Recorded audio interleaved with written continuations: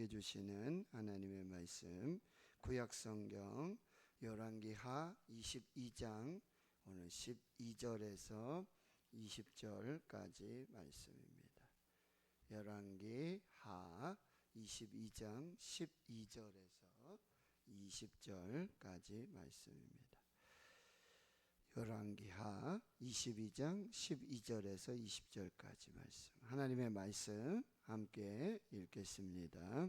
왕이 제사장 hil기야와 사반의 아들 아히감과 미가야의 아들 악볼과 서기관 사반과 왕의 시종 아사야에게 명령하여 이르되, 너희는 가서 나와 백성과 온 유다를 위하여 이 발견한 책의 말씀에 대하여 여호와께 물으라. 우리 조상들이 이 책의 말씀을 듣지 아니하며 이 책에 우리를 위하여 기록된 모든 것을 행하지 아니하였으므로 여호와께서 우리에게 내리신 진노가 크도다. 이에 제사장 hil기야와 또 아히감과 악볼과 사반과 아사야가 여선지 훌다에게로 나아가니, 그는 할하스의 손자 뒤가의 아들로서 예복을 주관하는 살룸의 아내라 예루살렘 둘째 구역에 거주하였더라.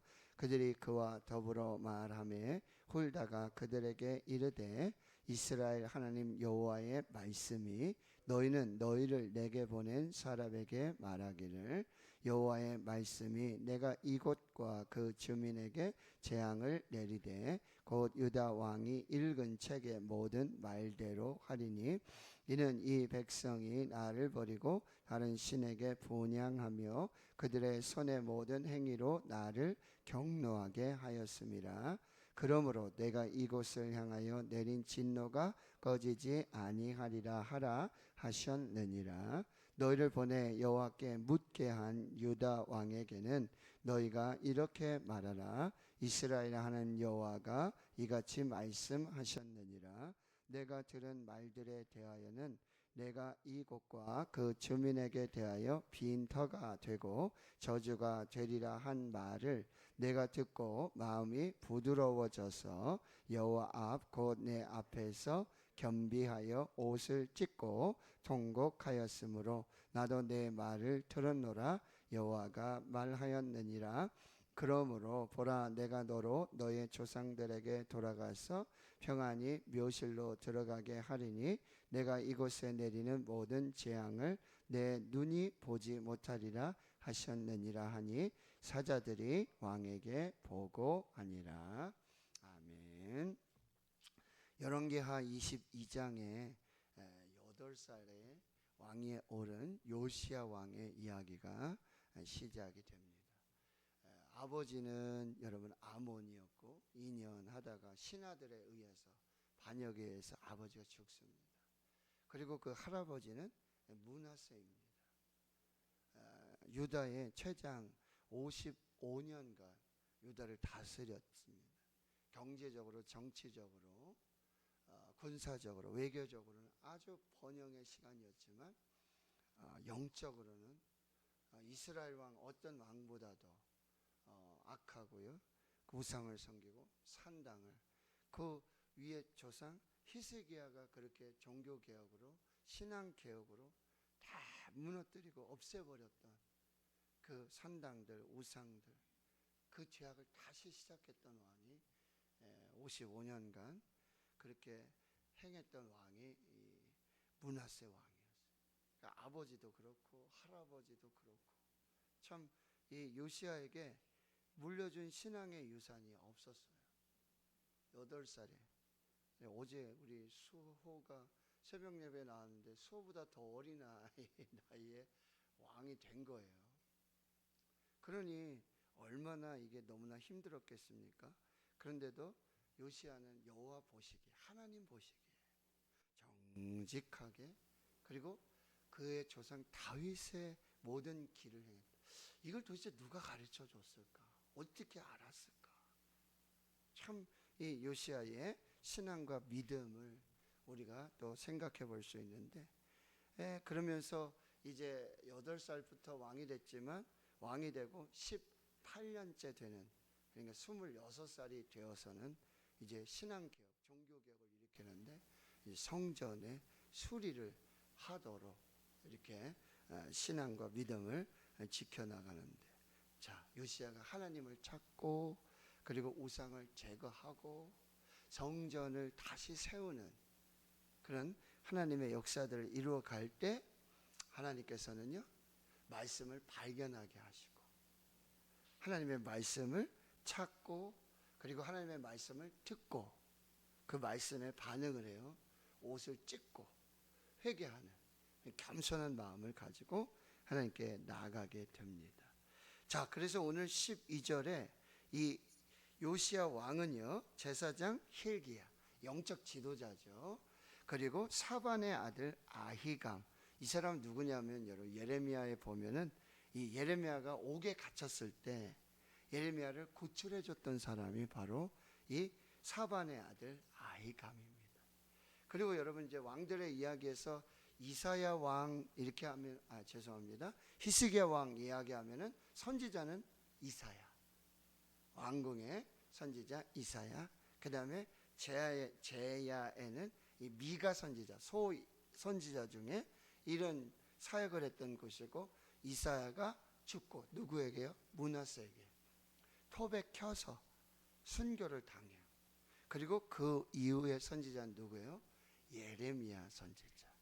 유다가 멸망을 당할 때, 심판을 받을 때 있었던 선지자가 바로 예레미야 선지자예요. 그 예레미야 선지자가 이제 왕들에게 핍박을 당하고 옥에 갇히고 이런 일을 당할 때 구출해 주었던 사람이 이 사반의 아들 아히감입니다. 그리고 미가야의 아들 악볼, 서기관 사반과 그리고 왕의 시종 아사야, 이렇게 5명 공식 사절단을 보내는 거예요. 종교적으로 또 정치적으로 또 행정적으로 이렇게 공식적으로 이제 사절을 보내가지고 누구에게 보내냐면, 자 13절이죠. 너희는 가서 나와 백성과 온 유다를 위하여 발견한 이 책의 말씀에 대하여 여호와께 물으라. 여호와께 물으라.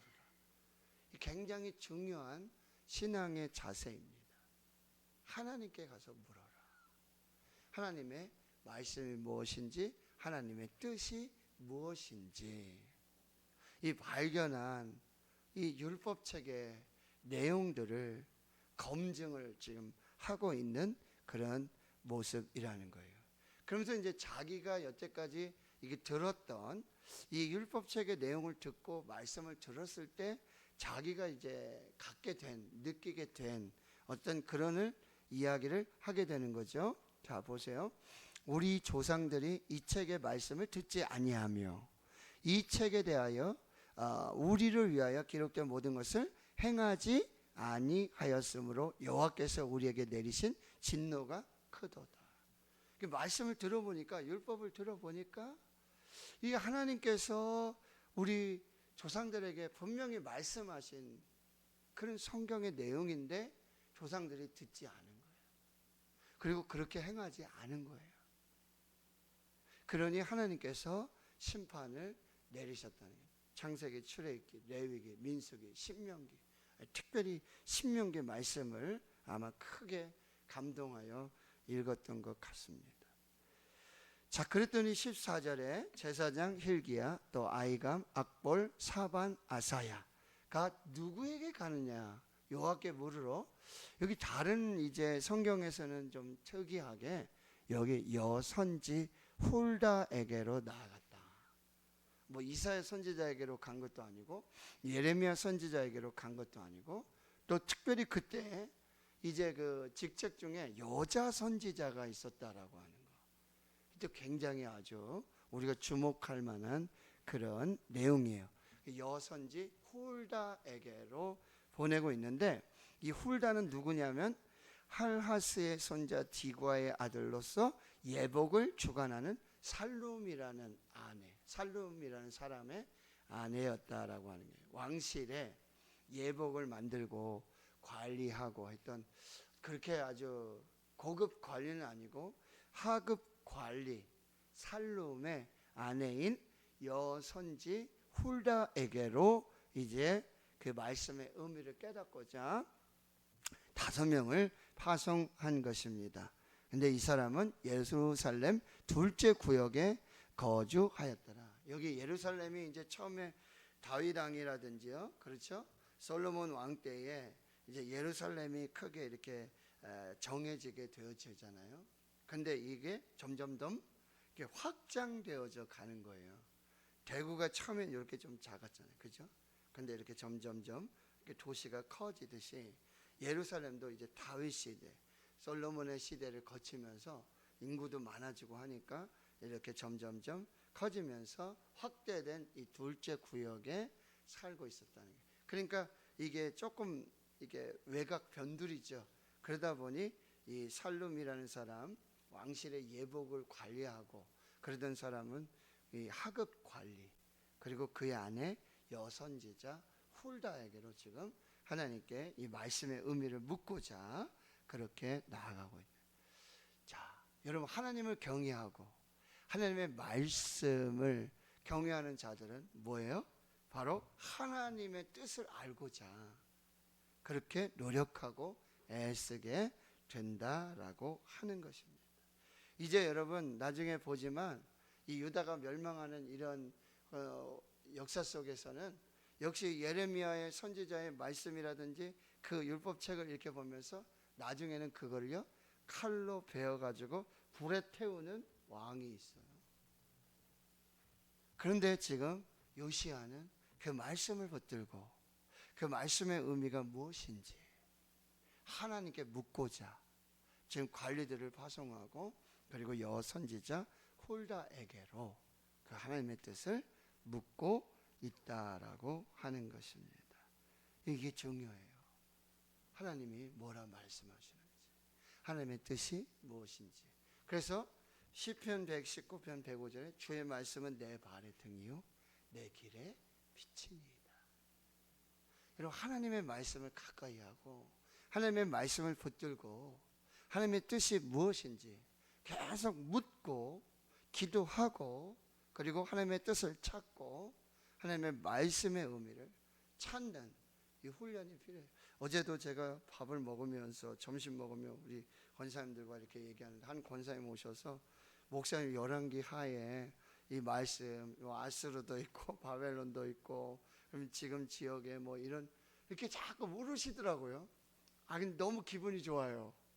그냥 이 말씀을 그냥 듣는 게 아니라 항상 고민하고 생각하고 집에 가서 또 읽어보시고 또 열왕기 이 상하의 내용 역대 상하 내용이랑 똑같거든요. 그렇죠? 그러니까 그런 내용들을 이게 비교하시면서 읽으시면서 그렇게 하나님의 말씀을 이해하고자 그 말씀을 그렇게 또 들으니까 너무 재미있고 빠지면은 그렇죠?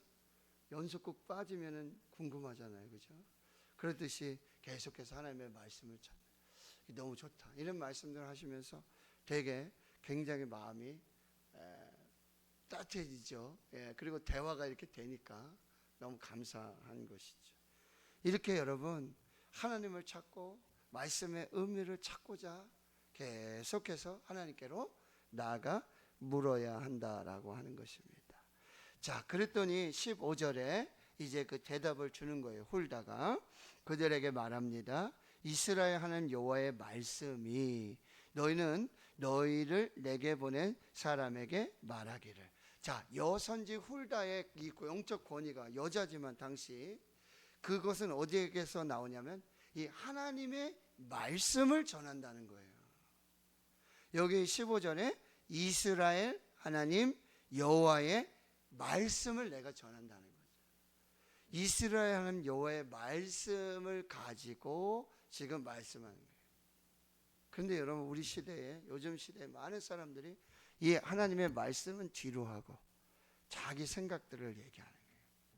자기가 자의적으로 해석해서 그 말씀이 그게 아닌데 그 의미가 아닌데 누가요? 이단, 사이비, 적그리스도들, 거짓 선지자들, 거짓 교사들이 그렇게 자기가 임의로 해석해서 그래서 요즘은 이제 설교 방식도 많이 바뀌어요. 뭐 어떻게 바뀝니까? 이렇게 강해 설교를 많이 해요. 처음부터 끝까지 이렇게 제가 새벽 예배 선교하듯이 한 절 한 절 정말 이렇게 말씀. 옛날에 목사님들의 설교 방식이 틀렸다는 얘기 아니에요. 그런데 이 말씀들을 여러분 알레고리적으로, 자의적으로, 너무 지나치게 영적으로만, 어떤 역사적인 배경이나 지리적 배경이나 이런 거 없이, 물론 이제 그 시대에 여러 자료가 없다든지, 그렇죠? 읽을 어떤 이런 부분들이 없기 때문에 그리할 수 있어요. 충분히 그리할 수 있어요.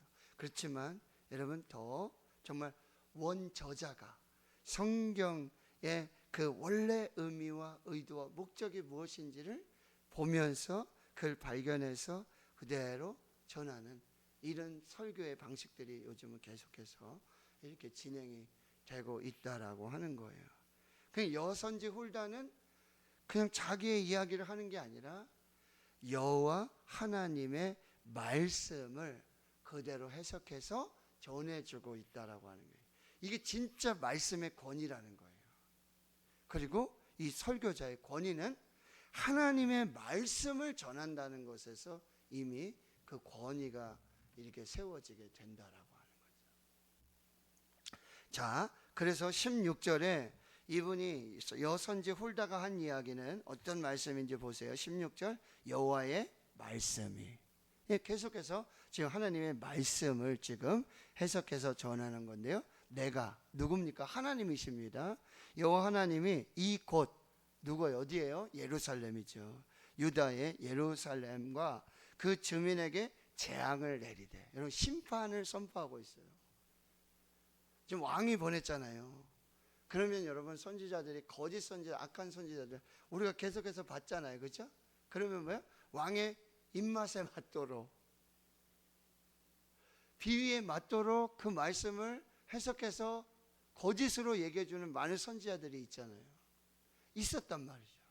그런데 하나님 말씀 그대로 지금 전하는데 뭐예요? 심판의 재앙의 말씀을 주는데 16절 다시 보시면 내가 재앙을 내리되 유다 왕이 읽은 책의 모든 말대로 하리라. 유다 왕 누구죠? 지금 요시야 왕이 그대로 읽은 대로, 읽었던 그대로 그 말씀이 사실이다. 내가 예루살렘과 이곳 주민에게 재앙을 내릴 것이다, 심판을 내릴 것이다 라는 말씀을 즉 그대로 전하고 있다는 거죠. 그 이유를 17절에 또 이렇게 말해요. 뭐요? 그 이유는 이 백성이 나를 버리고 다른 신에게 번영했다. 뭐요? 우상을 숭배했다는 거예요. 그래서 심판이 내려지게 됐고 그들의 손의 모든 행위로 나를 경노했다.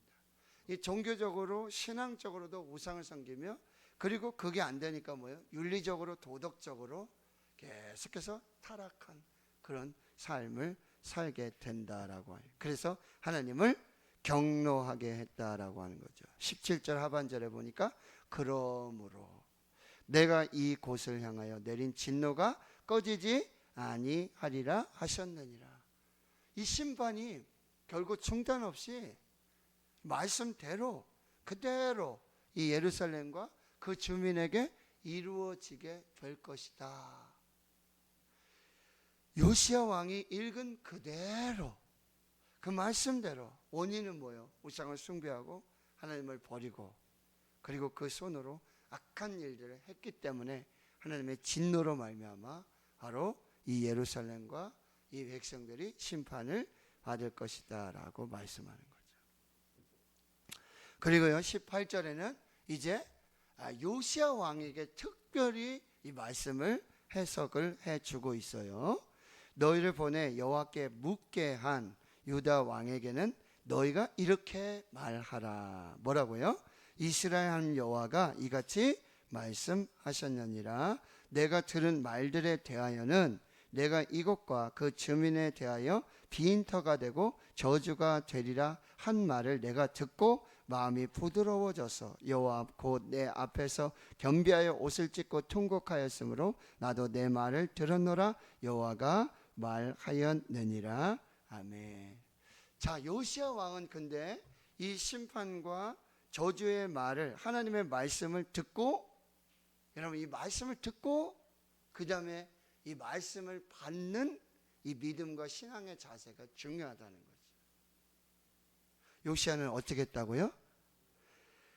내가 듣고 마음이 어떻게 됐어요? 마음이 부드러워져서 여호와 앞 곧 내 앞에서 어떻게 했습니까? 겸비하고 옷을 찢고 통곡하였다. 그리고 나도 내 말을 들었다. 그러니 아마 깊이 회개하고 하나님 앞에서 정말 눈물로 나아간 그런 요시야의 모습을 볼 수 있다라고 하는 거죠. 자, 보세요. 하나님의 말씀을 들었어요. 그것도 심판의 말씀이에요. 그런데 그 말씀을 듣고 요시야는 마음이 부드러워졌습니다. 이 부드러운 마음 뭐죠? 하나님을 두려워하는 마음. 하나님이 직접 하신 말씀도 아니죠. 근데 하나님의 말씀을 듣고는, 하나님의 말씀을 듣고는 하나님을 경외하는 마음이 들었고 또 겸비했다. 이건 뭐죠? 회개한 거예요. 그런데 하나님께서는 이 부드러운 마음, 하나님을 경외하고 그리고 이 겸비하는 회개의 이런 행위를 가진 자에게 하나님이 뭐예요? 은혜를 베푸신다는 거예요. 그래서 20절에 이렇게 말씀하는 거예요. 그러므로 보라, 내가 너의 조상들에게 돌아가서 평안히 머실로 들어가게 하리니. 여기 하나님께서 너는 요시야 왕을 말합니다. 그러니까 너의 때는 심판을 하지 않겠다는 거예요. 심판하고 멸망하겠다는 것은 하나님의 뜻으로 말씀으로 그대로 기록이 되어지고 그 말씀대로 그대로 이루어지는 사실이에요. 그런데 마음이 부드러워졌어. 하나님 앞에 겸비해서 옷을 찢고 하나님을 경외하고 하나님을 두려워하고 회개하고 하나님 앞에 선 너에게는 이 심판을 뭐요? 유예하겠다는 거예요. 너 때에는 심판을 내리지 않겠다. 그래서 조상들의 묘실로 평안히 돌아가도록 내가 이곳에 내리는 모든 재앙을 내 눈이 보지 못하리라.